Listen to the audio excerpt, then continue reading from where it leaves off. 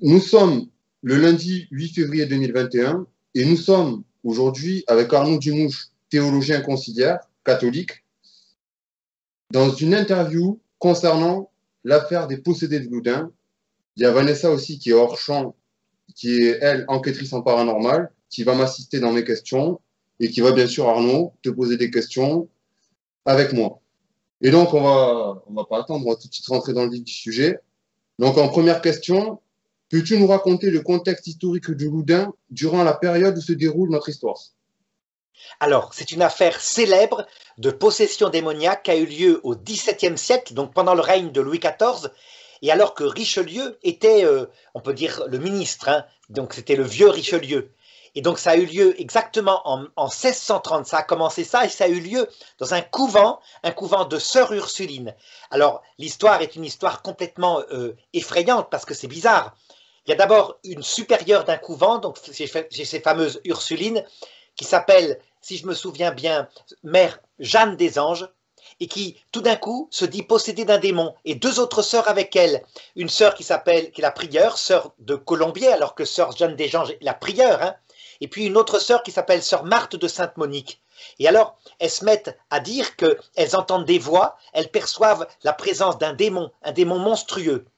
Et alors, le lendemain, il se passe la chose suivante, c'est que, paraît-il, les autres sœurs auraient vu passer une espèce de boule noire dans le couvent, quelque chose comme ça, une boule noire pendant l'office. Et puis elles entrent en transe, elles se mettent à se rouler par terre, ça devient ce qu'on appelle enfin oui, presque ça, on pourrait dire elles ont comme des crises de tétanie, c'est un peu ça. Et ça se multiplie, ça va toucher les autres sœurs du couvent, les 14 autres sœurs Ursulines. Donc évidemment, ça remonte jusqu'au roi, hein, ça remonte jusqu'à Richelieu, qui va à ce moment-là lancer une enquête. Excuse-moi, hein, de l'autre côté, sur les enceintes, normalement, tu as un bouton volume parce qu'on n'entend pas. Non? Doucement. Faut que tu tournes normalement dans le sens des aiguilles d'une montre pour monter le son. Mais doucement, sinon ça va. Donc du coup. Non? Oh, T'es à fond là, hein? Je suis à fond? Ok, ça veut dire que c'est Skype alors. Ok, ça marche. Bon, on peut recommencer alors si tu... Non, c'est bon, c'est bon. D'accord. Donc en seconde question, est-ce que tu peux nous expliquer l'origine de l'ordre des Ursulines, s'il te plaît? Alors, c'est un ordre assez ancien, hein, qui a un rôle principalement d'éducatrice, qui a été fondé par une religieuse très fervente qui avait une grande dévotion envers Sainte Ursule, qui est une petite martyre du tout début de l'Église. Et comme elle avait cette dévotion-là, elle a donné à l'ordre qu'elle a créé, cet ordre chargé de l'éducation principalement, elle a donné le nom de Sainte Ursule. Mais c'est un ordre qui est contemplatif, qui est cloîtré, mais qui s'est occupé beaucoup d'écoles. À l'époque, en tout cas de Louis XIV, c'est un ordre surtout contemplatif et cloîtré. Donc des religieuses, qui sont normalement des religieuses cloîtrées. Mais à l'époque, tu dois savoir qu'ils n'entrent pas dans les monastères que des sœurs qui ont la vocation. C'est un problème. Quelquefois, il y a des religieuses qui sont simplement la fille cadette de la famille. Et donc, on les met dans un couvent, la famille les met dans un couvent, sans qu'elles aient vraiment la vocation. Et c'est ce qu'on a pensé par rapport à cette prieure, sœur Jeanne des Anges. Ça veut dire que sa vocation est douteuse. Est-ce qu'elle était rentrée vraiment pour l'amour de Dieu ou est-ce qu'elle avait d'autres travers? En tout cas, ça va poser beaucoup de problèmes à cause de la suite de l'histoire qui va être dramatique. Et bien justement, on va développer un petit peu plus.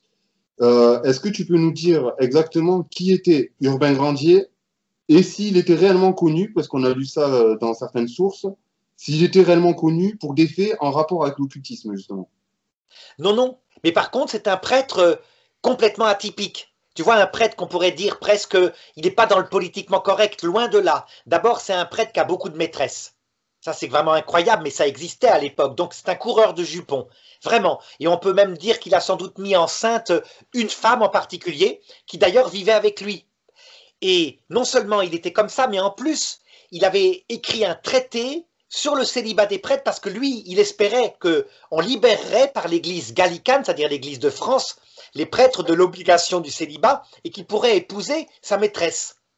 Mais alors, il avait d'autres idées comme ça, tu vois, c'était on pourrait dire, à quoi on pourrait le comparer à notre époque, quelqu'un d'absolument provocateur, quoi, qui n'est pas du tout politiquement correct. Par exemple, Richelieu avait décidé de faire détruire les remparts autour de cités où il y avait des protestants.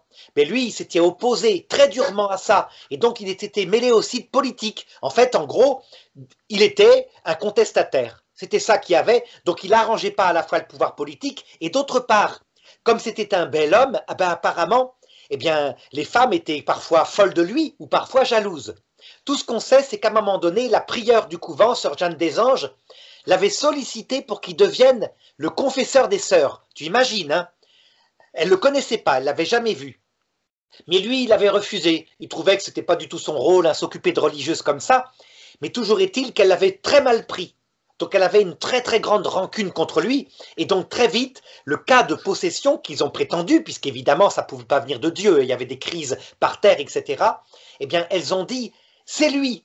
En tout cas, c'est une des sœurs qui a lancé l'idée que c'était le prêtre de la ville, donc Grandier, qui avait lancé un sort sur les sœurs et qui était responsable de la crise de possession. Voilà. Donc, justement, tu peux nous développer un petit peu plus. On parlait de la mère supérieure, pardon, qui s'appelait justement Jeanne des Anges. Est-ce que tu peux nous parler un petit peu plus de cette personne, si toutefois tu en sais sur sa vie? Ben écoute, c'est un peu compliqué. En tout cas, on peut savoir qu'actuellement, son cas qui a été tellement célèbre, hein, a été étudié par des psychiatres. Mais tu vois, je me méfie un peu des psychiatres parce que eux, ils vont essayer d'interpréter évidemment uniquement par des problèmes psychiatriques qu'elle avait en elle. Donc, certains l'ont accusée d'hystérie, mais aussi de schizophrénie. D'autres, ils ont regardé plutôt que elle avait sans doute été frustrée, humiliée par le fait que ce prêtre, Urbain Grandier, avait refusé de devenir le confesseur, donc de la rencontrer. Peut-être qu'elle espérait, je ne sais pas quoi, flirter avec lui. Elle ne le connaissait pas. En tout cas, toujours est-il que c'est sorti en partie d'elle et qu'on pourrait expliquer évidemment le phénomène par des choses qui n'allaient pas en elle. Donc est-ce qu'elle était hystérique dans ce sens? Se montrer. Tu sais, l'hystérie, c'est ce qu'on appelle le syndrome, je dirais, tu vois, enfin, c'est comme une femme qui a des tas de phénomènes extérieurs, mais le but, c'est en fait de se faire remarquer. Donc effectivement, le fait qu'elle se roulait par terre, etc., qu'elle rentrait en crise, est-ce que ça venait de ça? Qu'elle voulait être considérée, être admirée, ne serait-ce que parce qu'elle s'ennuyait dans son couvent? Ou alors est-ce qu'elle avait des visées sur cet homme qui l'avait humiliée et que donc elle a voulu se venger? Ou est-ce qu'elle avait une double personnalité, c'est-à-dire qu'à la fois elle était une mystique qui aimait Dieu, mais en même temps des tas de problèmes, tu sais, de jalousie féminine, parce que il faut le savoir, hein, les femmes ne sont pas des petits anges. Il peut y avoir dans les femmes, par exemple, la volonté, c'est souvent d'ailleurs ce qui arrive dans l'Église, la volonté d'être la préférée du prêtre. Tu vois, une espèce de, je dirais, de désir affectif d'être aimé, d'être préféré, d'être remarqué. Toujours est-il qu'en tout cas, ça a démarré comme ça, et que moi je crois personnellement que ça ne suffit pas, ce diagnostic psychologique et psychiatrique ne suffit pas, il y a eu des phénomènes paranormaux. Ça veut dire qu'apparemment, tu sais, c'est un peu comme ça qu'on peut le dire dans ces phénomènes-là, il faut certes chercher une cause dans la psychologie de la personne, mais il faut aussi chercher si le démon ne va pas venir, donc l'ange révolté, pour se servir de sa psychologie fragile et appuyer dessus. Tu vois, on a quand même constaté des phénomènes bizarres. Alors, c'est vrai qu'on peut dire aussi que ça s'est répandu sur les 14 autres sœurs, et donc que ça peut être un phénomène tu vois, d'entraînement psychologique d'une communauté. Mais malgré tout, dès qu'il y a du paranormal, on peut dire qu'il y a possession. En tout cas, les curés qui vont être envoyés, qui vont être de divers ordres religieux, qui parfois sont des ordres religieux très réalistes, vont pratiquer l'exorcisme, vraiment. D'accord, merci bien. Selon toi, Arnaud, qu'est-ce qui s'est passé durant l'année 1632, donc, dans ce couvent? Alors, il est possible d'abord qu'il y ait eu des religieuses qui n'avaient pas la vocation. Donc un groupe de femmes qui peut être quelque chose qui moisit de l'intérieur, tu vois, un groupe de femmes qui ne s'entendent pas, avec quelque chose de malsain. Il est possible que la prieure elle-même soit rentrée dans une crise par rapport à sa propre féminité, et qu'à un moment donné, peut-être parce que ce prêtre était connu comme ayant des maîtresses, il avait été un scandale vraiment dans la ville, eh bien, soit par mysticisme exagéré, soit par vengeance, eh bien, elle est dénoncée, ou d'autres sœurs est dénoncée, ce prêtre comme étant responsable des choses. Toujours est-il que, qu'est-ce qui s'est passé? Et c'est là sans doute qu'est, je crois, le démon beaucoup plus fortement que dans les phénomènes, tu sais, les singeries. C'est qu'en fait, ça a arrangé des gens de mettre en accusation ce prêtre pour des raisons politiques et parce qu'il était politiquement incorrect. Donc, effectivement, une enquête a été diligentée et il s'est avéré que sont arrivés des prêtres qui avaient les pieds sur terre, mais aussi des prêtres et des parlementaires, c'est-à-dire des gens civils, hein, de l'autorité civile, qui étaient complètement dans la superstition. Donc, par exemple, qui se servait, tu sais, d'un vieux traité, un traité ancien dont on parle souvent en démonologie, qui avait été écrit et qui disait que, par exemple, pour repérer si vraiment il y avait un sorcier qui avait lancé des anges, il fallait absolument le mettre nu, vérifier sur son corps s'il n'y avait pas la marque du diable, planter des aiguilles dans la marque du diable pour vérifier parce que, soi-disant, cette marque, elle était insensible. Il avait pas mal, il s'en rendait pas compte. Le livre en question dont tu parles, si je ne m'abuse, c'est le fameux Marteau des sorcières. Non, c'est pas tout à fait ça, mais c'est un livre analogue. Parce que j'ai lu ce livre-là, justement, et ce que tu nous décris là, ça y est décrit aussi dans ce livre-là, en fait. Tout à fait. Là, c'est en fait un livre... Les méthodes pour repérer, soi-disant, les traces d'une personne qui se serait donnée au démon. Voilà. Là, c'est la démonologie des sorciers. C'est un livre de Jean Baudin dont il se servait, qui datait de 1580. Mais tu vois, c'était la pleine période avec les guerres de religion où, en particulier en France avec Henri IV, il y avait eu des bouquins comme ça qui avaient été écrits. Et donc, il y avait des prêtres qui étaient complètement starbés. Tu vois, ça n'allait pas. La plupart des prêtres n'étaient pas là-dedans. Hein. Ils étaient beaucoup plus raisonnables. Ils savaient dire que tout ça, c'était des inventions. Mais il y avait des prêtres qui y croyaient vraiment. Et comme à notre époque, il y avait des civils, des laïcs, qui ne lisaient que cette littérature-là. Donc, quand il y avait des prêtres, des vrais théologiens de style dominicain, thomiste, etc., qui relativisaient, qui disaient ben, on va pratiquer un exorcisme, mais en même temps, il faut que la personne mange bien, qu'elle se calme, il faut voir un psychologue, etc., eh bien, souvent, on les écartait. Et à ce moment-là, les civils qui se laissaient prendre par ça, et parfois des médecins, eh bien, ils regardaient les marques du démon par le traité de Jean Baudin. Et ils allaient faire n'importe quoi.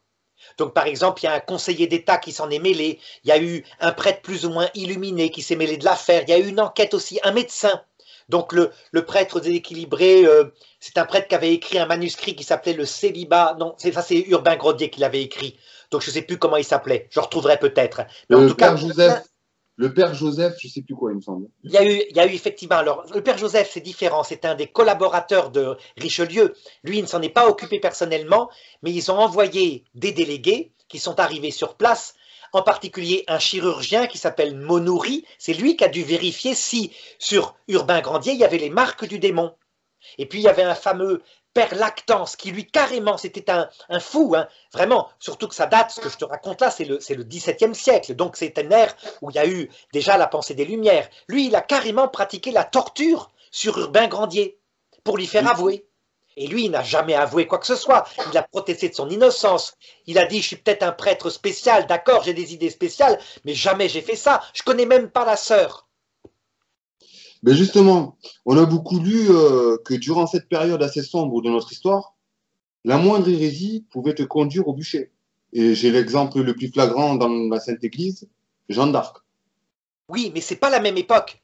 Là, on est vraiment beaucoup plus tard. On est au XVIIe siècle. Ce que je veux te dire par là, c'est que dans cette époque, donc on va dire la grande époque de la chasse aux sorcières qui dura de 1400 ou 2300 et quelques, que avait en plus commencé le pape Innocent. Je crois que c'était Innocent III. Hein.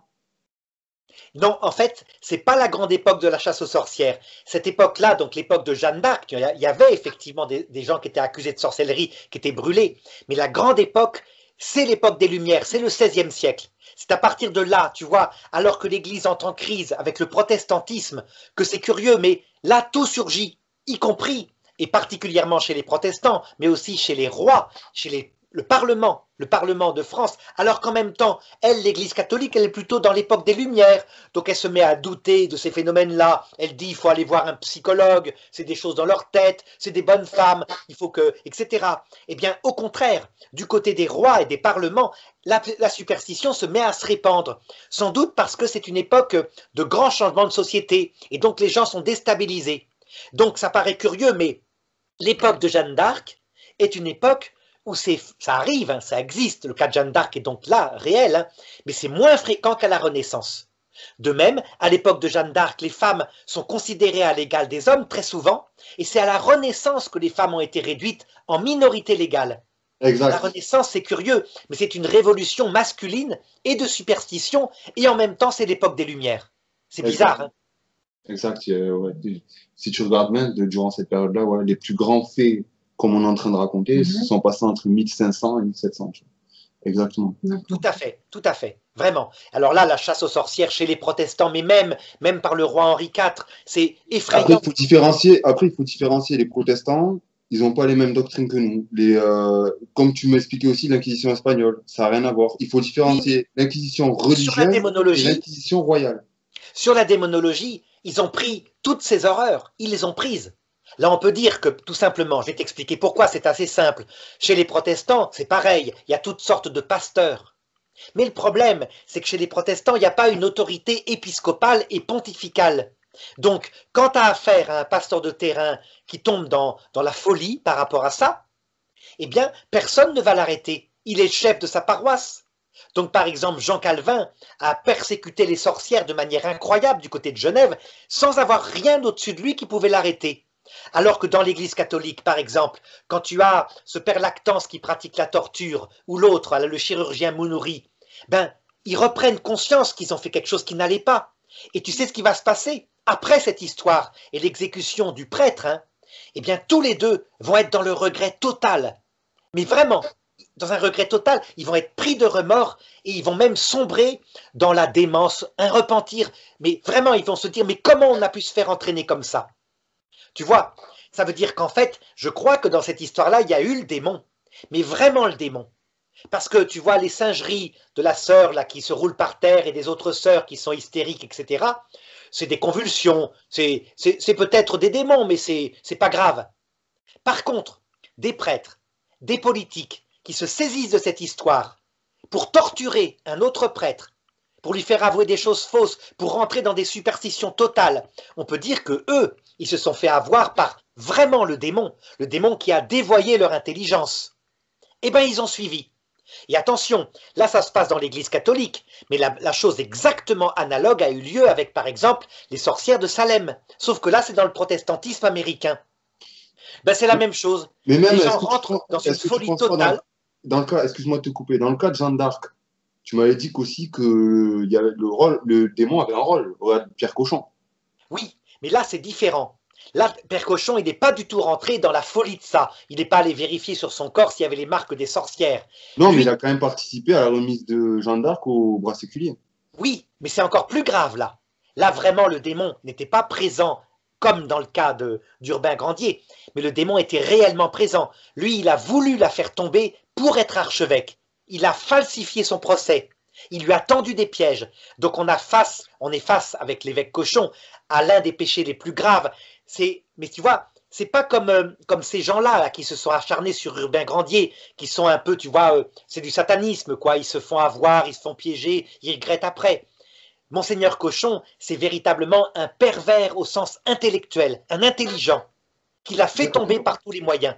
Et moi, je considère ce péché-là comme beaucoup plus grave que ce qui s'est passé avec le Urbain Grandier. Tu sais, c'est la dernière fois que je te disais, ne craignez pas ce qui peut tuer le corps, mais craignez ce qui tue l'esprit. Ouais. Voilà. Et plus l'esprit est atteint dans la liberté d'un esprit qui n'est pas rentré en crise de maladie ou d'hystérie, plus c'est grave. Or, le Monseigneur Cochon était parfaitement maître de lui. Il était calme, c'était un intellectuel, un docteur en droit canonique, tu te rends compte? C'est pas n'importe qui. Et il a piégé la petite Jeanne d'Arc par tous les moyens possibles. Il lui a fait manger un poisson pourri pour qu'elle craque. Il lui a dit, je te promets, je te mettrai dans une cellule gardée par des femmes, donc tu pourras rester habillée en femme. Promets simplement d'être habillée en femme maintenant. Elle promet. Et penses-tu, il lui ment. Il la remet dans une cellule gardée par des soldats anglais qui essayent de la violer, donc elle serait habillée en homme. Et il la piège comme ça, elle est retombée, donc elle a péché, donc elle peut être brûlée vive. C'est rusé, hein. C'est extrêmement rusé. Ce gars-là, personne ne pouvait s'en sortir. Tout le monde serait tombé avec Monseigneur Cochon. Et donc, tu vois, tu nous parlais tout à l'heure de Richelieu. Peux-tu nous dire qui était-il et surtout, que vient-il faire dans cette affaire alors qu'un simple évêque aurait pu suffire aux constatations des possibles possessions? Alors lui, il s'en est pas occupé personnellement. Simplement, il a délégué des envoyés parce que il détestait ce prêtre, il en avait entendu parler. Il avait, il avait résisté à sa politique qui consistait à détruire les remparts des places fortes protestantes.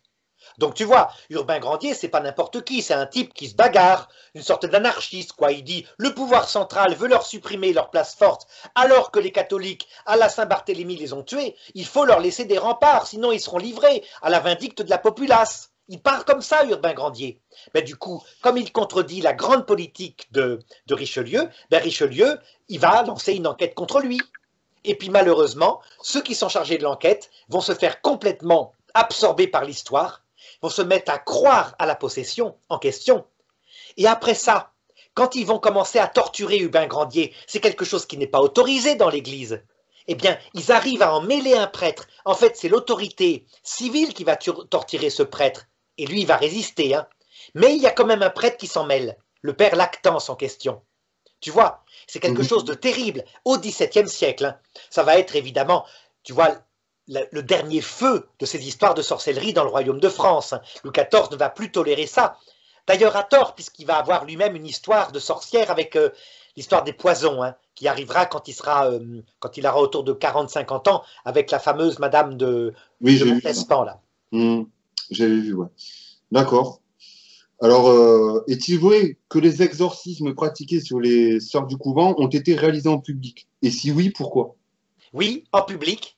Et parce que, en fait, il y avait un prêtre qui il s'appelle Jean-Martin de Laubardémont, d'accord? Qui, Oui. lui, voulait prouver que la puissance de l'exorcisme catholique chassait le démon. Et de cette manière-là, il voulait pouvoir convertir des protestants. Et ça a marché. Il a réussi, grâce à ça, grâce à cette histoire qui a été célèbre, à ce que des protestants disent, ben oui, si les pratiques catholiques qui ne sont pas bibliques chassent les démons, c'est donc que l'Église catholique doit venir un peu de Dieu. Donc il a provoqué des conversions. Donc voilà pourquoi cette affaire a été rendue célèbre. On peut dire que Louis XIII, Anne d'Autriche, qui combattait, donc c'est les prédécesseurs du Louis XIV, qui lui est tout petit à cette époque-là, et qui combattait le protestantisme, se sont servis de cette histoire-là aussi. D'accord. Alors les exorcismes, ils ont duré, ils n'ont pas marché, ce qui semble l'indiquer qu'on était aussi face à une histoire d'hystérie collective. Sans doute, tu vois, comment ça peut se passer? Ben, un couvent un peu déséquilibré, des femmes fragiles, qui n'ont pas tellement les pieds sur terre, des femmes sans doute d'un milieu plutôt noble, pas des paysannes, elles ne seraient jamais rentrées là-dedans, elles ont les pieds sur terre en général, les paysannes, donc il fallait payer pour rentrer dans ces couvents, et puis du coup, elles ont suivi. Tu vois, comme un phénomène collectif. Mais je pense qu'il y avait quand même le démon. Le démon se sert de nos fragilités et il appuie dessus. C'est comme ça qu'il agit la plupart du temps. Oui. Au final, donc, Grandier condamné à mort, hein, sans surprise, hein, et au terme d'un procès qui fut qualifié par certains savants de simulacre.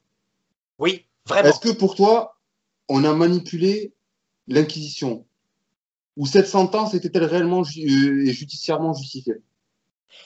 Elle a été manipulée. En fait, plein d'éléments concordants se sont mêlés, à savoir la politique, la superstition de certains prêtres illuminés, le sens mystico complètement planant d'autres prêtres, et le bon sens n'a pas présidé à ça. Donc on peut dire que les gens, d'une façon commune, un peu comme pour Jésus d'ailleurs, hein, tu as vu plusieurs intérêts qui se rejoignent pour abattre ce prêtre qui était trop grande gueule.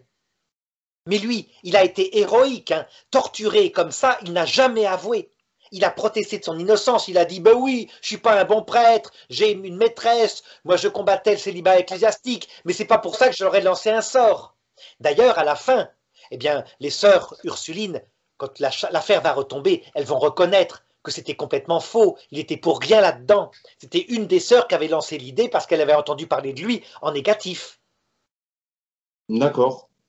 Et pour conclure et répondre donc une bonne fois pour toutes, le démon a-t-il joué un rôle ou, comme le pensent certains, c'est de la fabulation?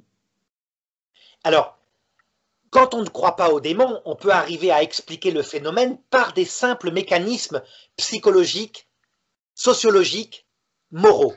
Psychologique parce que des sœurs un peu hystériques entrent en crise, sociologique parce que ça se répand et le peuple se met à y croire dans un milieu catholique, à l'époque des guerres de religion. Enfin, les guerres de religion sont terminées, mais elles viennent de se terminer.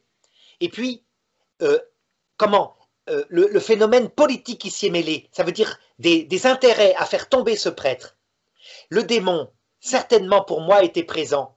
Mais là, en l'occurrence, il a été présent dans les phénomènes paranormaux en partie, je pense quand même. Hein. Il y avait des choses qui manifestement ne peuvent pas s'expliquer simplement par de l'hystérie.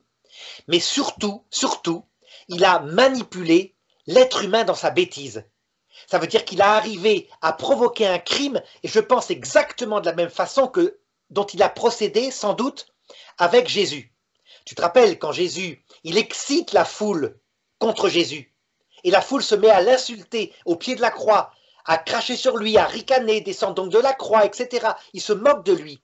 Ben certainement que lui, il excite la violence des gens, parce qu'il n'y a pas de raison quand même que ce soit comme ça. Donc je pense que le démon existe vraiment, mais que son but ultime, évidemment, c'est de provoquer de vrais péchés. Les sœurs, elles, est-ce qu'elles sont dans des vrais péchés? Oui, mais des péchés de faiblesse.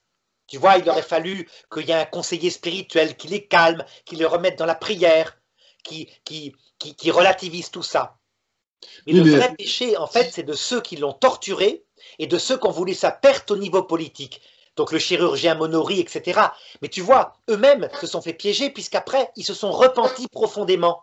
Et même, ils se frappaient la poitrine, ils pensaient qu'ils seraient damnés à cause de ce crime. Donc tu vois, il y a eu quelque chose qui s'est passé dans leur tête pour qu'ils soient embrigadés comme ça.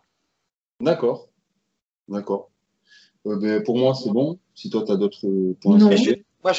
Ah oui, vas-y Vanessa, si tu as quelque chose d'autre. Non, du tout. Merci. Fini. Oui, moi je conclurai que grâce à ça, cette affaire terrible, ben on a compris qu'il fallait en revenir à l'évangile, le bon sens de l'évangile. À savoir, oui, il y a des démons, d'accord. Mais les démons, d'abord, ce ne sont pas Dieu. Ce sont des puissances qui peuvent essayer de nous faire tomber dans des péchés, et donc il y a forcément des gens qui vont essayer de faire des pactes avec des démons. Eh bien, comme on a toujours fait dans les missions, comme on fait aussi Saint Paul dans les Actes des Apôtres, quand il y a quelqu'un qui a fait un pacte, il suffit de mettre le Christ et de le bénir et de chasser le démon, et son pouvoir s'arrête instantanément. Pas la peine de faire du cinéma. Par contre, dans le cas de Louis XIV, quand des femmes sont allées voir des sorcières pour mettre des filtres au roi pour qu'il reste amoureux de sa maîtresse, etc. Là, il y avait utilisation de poison, et en particulier la fameuse, elle s'appelle Brinvilliers, qui a empoisonné plein de gens. Là, pour le coup, quand il y a utilisation de poison, et donc de meurtre avec du poison, la justice civile a son rôle à jouer. Mais pour la sorcellerie, quand on trafique avec des suggestions comme ça, c'est l'exorcisme et c'est la prière. Et donc après ça, on ne recommencera jamais, en tout cas dans l'Église de France. Là, on peut dire que ça va mettre vraiment l'arrêt de ces bêtises-là, qui à l'époque, hein, dans le roi précédent, donc Henri IV avant Louis XIII, donc Louis XIV étant au pouvoir à l'époque, hein, eh bien, qui était pratiqué tout le temps, quoi. On a vu des choses abominables à l'époque de Louis XIV, d'Henri IV. Donc ça arrête les choses, l'esprit des Lumières triomphe dans l'Église, et on se met, comme je t'ai expliqué l'autre fois, quand il y a un cas de possession, on regarde d'abord si ce n'est pas une maladie psychiatrique. S'il y a des phénomènes paranormaux, alors on est ouvert à ça. Et dans ce cas-là, on pratique d'abord un petit exorcisme qui n'est pas impressionnant. Et si vraiment on peut prouver qu'il y a vraiment quelque chose de plus fort, on va tenter le grand exorcisme, qui est impressionnant, mais qui doit être réservé à un prêtre qui a les pieds sur terre, un théologien, pas un saint. Pourquoi pas un saint? Parce que les saints, on en voit dans l'affaire du père Grandier, là. Ben, les saints, ils rentrent en illuminisme, ils sont impressionnables. Dès qu'ils voient un petit phénomène comme du feu qui apparaît dans une, je sais pas, dans une boule de papier, ils se disent, il y a le démon, il y a le démon. Alors que le théologien, il a les pieds sur terre, il dit, oui, vérifions quand même s'il n'y a pas eu un petit truc là, une allumette, par exemple, quelqu'un qui aura trafiqué pour m'impressionner. Il regarde, il enquête, le théologien et le philosophe. Voilà ce qu'on peut dire. Et c'est surtout la réaction à avoir. Je dirais, l'exemple pour moi à suivre, c'est celui de Saint Jean-Marie Vianney. Oh, c'est le grappin. Où il ne prête pas d'importance. Voilà, c'est pas grave. Il n'a qu'un pouvoir, il est un chien qui mord, enfin qui aboie mais qui mord peu, parce que Dieu ne lui donne pas l'autorisation. Sinon, ce serait l'anarchie, effectivement. Eh bien, merci beaucoup Arnaud d'avoir répondu à nos questions. Merci. Merci Vanessa, merci. Alors Vanessa n'a pas beaucoup parlé, mais ça fait rien. Vanessa, qu'est-ce que tu veux conclure? Tu en penses quoi? de cette histoire. C'est impressionnant. Ah, tiens, ta conclusion, c'est tiens, ton analyse de ce Arnaud, de tout ce qu'on vient de détailler. Ma conclusion, moi je penserais qu'il y aurait vraiment quelques phénomènes paranormaux qui se sont glissés dans l'histoire, mais qu'il y a aussi beaucoup d'hystérie collective aussi à cause de Jeanne des Anges. C'est vrai que à cette époque-là, c'était ça, c'était la superstition qui animait les populations. Ah oui, pardon. Est-ce que Vanessa, est-ce que j'ai raison de dire que la psychologie féminine a ses fragilités, quoi? Et en particulier cette espèce de besoin d'être aimée, de séduction, toi qui connais les femmes mieux que nous. Oui, je pense en plus, parce que comme elles étaient en plus enfermées dans des couvents, il se passait pas grand-chose en fait. Oui, mais comme tu as dit Arnaud, il y en a certaines, elles n'étaient pas vouées en plus à être religieuses. Ouais. C'est voilà, une gamine que papa et maman ont placée là pour qu'elle soit... voilà. Et non, je pensais à un truc, mais ça doit pas être ça. Je pensais à un truc, mais ça doit pas être ça. Non, des fois, elle est bizarre. Tu sais à quoi je pensais, Arnaud? Non, dis. Je sais pas si tu connais un Munchausen. Oui, le syndrome de Munchausen, parfaitement. Et ben, quand tu as parlé de ça, j'ai pensé à ça tout de suite. Est-ce que ce serait pareil ou pas? C'est pas pareil. C'est pas pareil, parce que le syndrome de Munchausen, c'est uniquement des paroles qui sortent comme ça. Par exemple, tu vas te mettre à parler, tu vas dire bon Dieu, etc. Tandis que là, elle-même entrait dans des névroses, c'est-à-dire des crises qui touchaient leur âme. Un des prêtres qui a exorcisé ses sœurs a dit « C'est incroyable, mais moi j'étais attaqué après. J'avais par exemple des pensées sexuelles qui m'envahissaient ou des pensées de désespoir. » Donc il y a eu probablement quelque chose qui était une infestation. Le démon a dû se ricaner, quoi, se régaler là-dedans. Peut-être d'ailleurs pas que des démons, peut-être aussi des fameux djinns, là, les esprits intermédiaires qui se sont amusés à rendre complètement folles ces pauvres femmes. Mais le démon est venu aussi. Quand il a fait tomber dans des graves péchés ceux qui ont tué ce prêtre. Voilà. C'est un autre point soulevé. Là, non. Ça va. Eh bien, merci à vous deux. C'est nous qui te remercions. C'est nous qui te remercions, Arnaud.